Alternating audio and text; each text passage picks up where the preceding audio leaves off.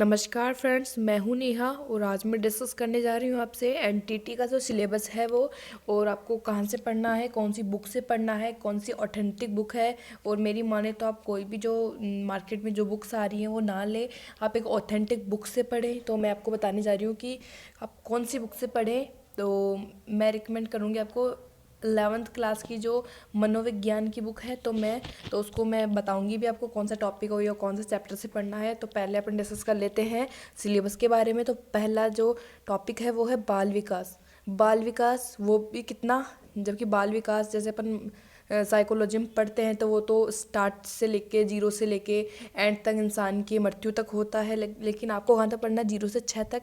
तो इसमें जो आपको टॉपिक कौन कौन से पढ़ने हैं, क्या क्या किस टाइप के क्वेश्चन आएंगे, कौन से आपको विकास के सिद्धांत पढ़ने हैं, अब बच्चों की जो रूटीन या किस टाइप से बच्चा ग्रो करता है वो पढ़ना है। और जो सेकंड टॉपिक है वो शारीरिक गत्यात्मक विकास। तो पहले मैं आपको ये बता देती हूँ कि आपको ये दोनों टॉपिक कहाँ से कवर करने हैं और कैसे कवर करना है और कितना पढ़ना है। इसके लिए एक बेस्ट स्ट्रेटजी है और बेस्ट प्लान है, तो मैं आपको बताने जा रही हूँ कि तो ये है मेरे पास मनोविज्ञान की 11th क्लास की बुक। तो देखते हैं आपको इसमें कौन सा चैप्टर पढ़ना है। ठीक है, तो ये आपको 4th चैप्टर पढ़ना है। इसमें इसके कंटेक्स्ट में आ जाइएगा, इसमें 4th चैप्टर निकाल लीजिएगा, मानव विकास। तो आपको ये मानव विकास पढ़ना है। ठीक है, अब देखते हैं मानव विकास में क्या क्या है। ठीक है, तो ये पूरा मानव विकास आ गया है। तो आपको पढ़ना है प्रसव पूर्व अवस्था से। ठीक है, तो ये मैं बताने जा ये है गर्भाधान से लेकर जन्म तक की अवधि को प्रसव पूर्व काल कहते हैं। तो आपको पूछ सकते हैं कि कितने सप्ताह का होता है। ठीक है, तो इसमें दिखा हुआ है कि ये 40 सप्ताह का होता है। तो सिंपली ऐसा क्वेश्चन बन सकता है, तो आपको इसे याद रखना है।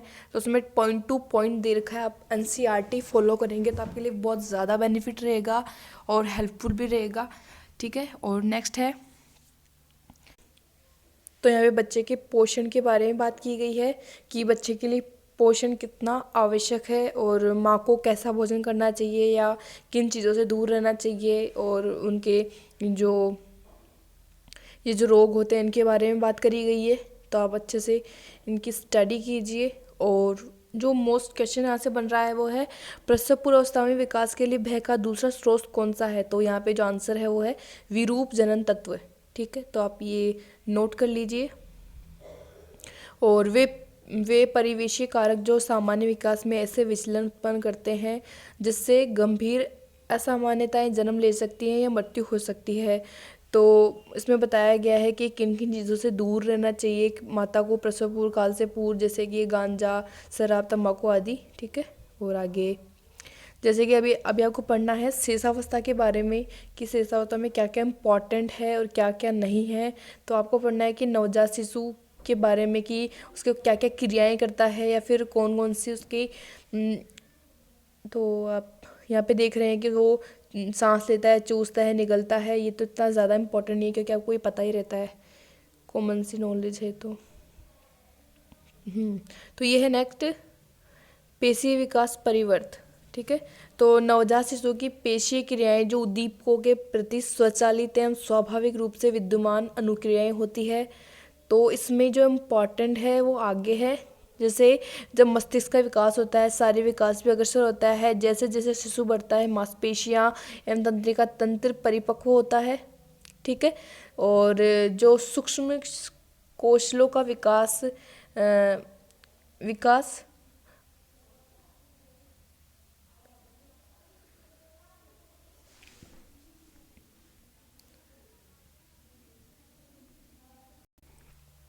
तो ये है बच्चे की संवेदी योग्यताएं। तो ये है प्रौढ़ों की तुलना में नवजात शिशुओं की दृष्टि कम आंकी गई है, लेकिन छठे महीने तक इनमें सुधार होता है और लगभग 1 वर्ष की उम्र तक दृष्टि लगभग प्रौढ़ों के समान 20/20 हो जाती है। ठीक है, तो ये इम्पॉर्टेंट पॉइंट है। और नेक्स्ट है, क्या नवजात शिशु रंगों को देख सकते हैं। तो इसमें जो आंसर होगा वो है 3 महीने तक इनका जो पूर्ण रंग देखना जो दृष्टि विकास है वो हो जाता है। ठीक है, और तो जो श्रवण जो स्वरूप होता है वो कैसा होता है। तो इसमें है नवजात शिशु जन्म के ठीक बाद सुन सकते हैं, ठीक है। और घ्राण एवं स्वाद की दोनों क्षमताएं भी नवजात शिशुओं में होती है। और अब है संज्ञानात्मक विकास। तो क्या एक 3 वर्ष का बालक चीज़ों को उसी प्रकार समझेगा जैसे कि एक 8 वर्ष का बालक, जैसे कि जीन पियाजे ने इस पर बल दिया है। इन्होंने अपनी 4 जो अवस्थाएं हैं वो बताई हैं। तो उससे पहले आप ये जो तालिका है 4.1 नवजात शिशुओं में उपस्थित कुछ मुख्य प्रतिवर्त, तो ये याद कर लीजिए अच्छे से। मेरी मान्यता आप रट के ही जाइए एग्ज़ाम में, क्योंकि ये बहुत इंपॉर्टेंट होने वाला है। जैसे कि आपको पूछ सकते हैं कि रूटिंग क्या है, रूटिंग के बारे में पूछ लेंगे। तो उसमें जो है गाल को छूने पर सिर को घुमाना, मुंह खोलना, ठीक है। तो ये कब होता, ये कब ख़त्म हो जाती है, कहाँ से, तो ये 3 से 6 माह में विलुप्त हो जाते हैं, ठीक है। और जो नेक्स्ट है वह है मोरो। यदि तीव्र शोर होता है तो वो क्या है, तो मोरो के बारे में दिया गया है। और ये पकड़ना और बेबिंस्की क्या है, उनका जो विकास क्रम है 8 से 12, ये भी दिया गया है। तो इनको तो आप रट के ही जाएं एग्ज़ाम से पहले। और अब जो मैं बताने जा रही हूँ आपको वो है हाँ, शिशुओं में वाचिक संप्रेषण का आधार उपस्थित रहता है। शिशुओं में 3 से 6 माह की आयु के बीच बबलाने से स्वरीकरण का प्रारंभ हो जाता है। जैसे कि बच्चा कुछ बोलने के लिए शुरुआत करता है, तो ये 3 से 6 माह में स्टार्ट हो जाती है। और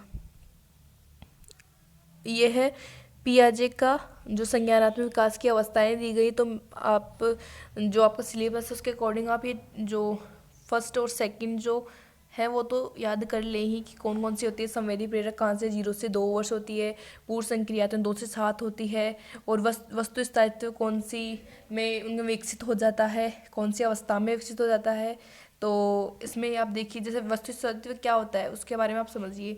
जैसे कि पहले अपन छोटा बच्चा होता है तो उसको कोई जैसे बॉल दे दी, तो अगर अपन वापस ले लेते हैं तो अगर वो भूल जाता है कि कोई बॉल थी, तो इसका मतलब है कि उसमें ऑब्जेक्ट परमानेंस या वस्तु स्थायित्व नहीं है। तो ये वाली आप सारणी अच्छे से याद करके जाइए। और तो अब तक की हमारे 2 टॉपिक पूरे हो चुके हैं। अगर आपको ये बुक डाउनलोड करनी है तो डिस्क्रिप्शन में आपको लिंक मिल जाएगा, आप वहाँ जाके बुक डाउनलोड कर लीजिए, ठीक है। और अगर आपको ये मेरा कंटेंट पसंद आया है और आपको आगे आने वाली वीडियोस देखनी है और पूरा सिलेबस कवर करना है कि कहाँ से पढ़ना है, कितना पढ़ना है और कौन कौन सी चीज़ें इंपॉर्टेंट है, तो मेरे चैनल के साथ बने रहिए, सब्सक्राइब माई चैनल। और अगर आपको ये वीडियो पसंद आई थी तो लाइक करें एंड शेयर करें।